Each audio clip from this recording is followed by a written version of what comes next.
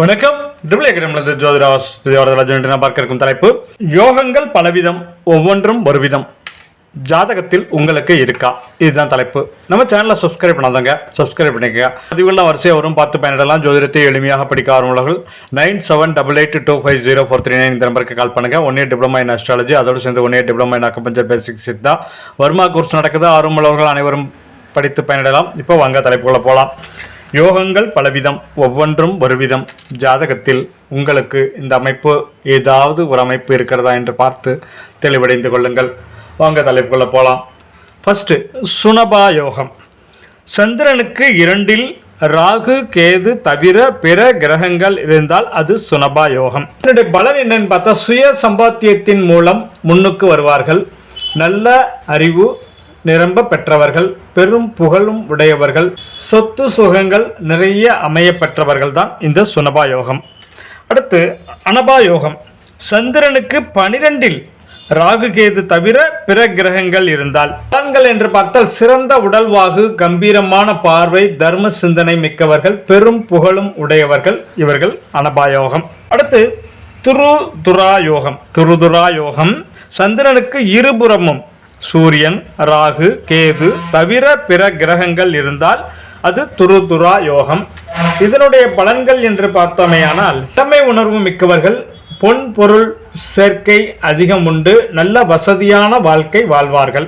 4, கேம துர்ம யோகம். சந்திரனுக்கு இருபுறமும் கிரகங்கள் இல்லாமல் இருந்தால், சந்திரனுக்கு இருபுறமும் கிரகங்கள் இல்லாமல் இருந்தால் கேம துர்ம யோகம். தம் வாழ்வில் பெரும்பகுதி துக்கத்தை அனுபவிக்கின்றனர். அதியோகம். சந்திரனுக்கு 6, 7, 8இல் சுப கிரகங்கள் இருந்தால் அது அதியோகம். நாணயமிக்கவர்கள், நேர்மையானவர்கள், சுகபோகங்களை அனுபவிப்பவர்கள், அறிஞர்களால் பாராட்டத்தக்கவர்கள், இந்த அதியோகம் பெற்றவர்கள். அமலயோகம். லக்னம் அல்லது சந்திரனுக்கு 10இல் சுப கிரகங்கள், புதன், சுக்கிரன், குரு போன்ற சுப கிரகங்கள் இருந்தால் அமலயோகம். அன்பும் ஆற்றலும் பெற்றவர்கள், வற்றாத புகழும் வடியாத செல்வமும் உடையவர்கள், நல்லவர் வல்லவர் என எல்லோராலும் புகழப்படுபவர்கள், கலை, சினிமா, அரசியல் துறைகளில் புகழ்பெற்று வாழ்வார்கள் இந்த அமல யோகத்துக்காரர்கள். யோகம். சூரியனுக்கு 2இல் சந்திரன், ராகு, கேது தவிர பிற கிரகங்கள் இருந்தால் இது வேசி யோகம். நினைத்ததை முடிப்பவர்கள் இவர்கள், மகிழ்ச்சி உடையவர்களாகவும் இருப்பார்கள், அதிர்ஷ்டம் உடையவர்களாகவும் இருப்பார்கள் இந்த வேசி யோகக்காரர்கள். அடுத்து வாசி யோகம்.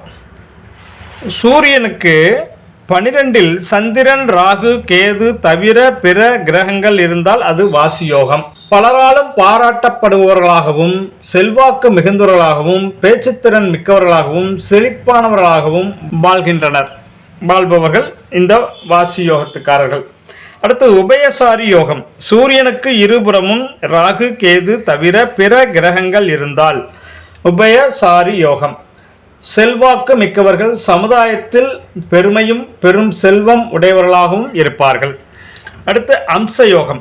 லக்னத்திற்கு 4, 7, 10இல் குரு இருந்து, லக்னத்திற்கு 4, 7, 10இல் குரு இருந்து, குரு அமர்ந்த இடம் தனுசு, மீனம், கடகமாக இருந்தால் அது அம்ச யோகம். நல்ல உடல்வாகு உடையவர்கள், அன்பும் நற்குணமும் உடையவர்கள், சகலகலா வல்லவர்களாக திகழ்வார்கள், யாரையும் தன்வசம் ஈர்க்கும் கவரும் ஆற்றல் பெற்றவர்கள் இந்த அம்ச யோகத்துக்காரர்கள். இன்றைய பதிவில் இந்த 10 யோகங்கள் பார்த்துள்ளோம்.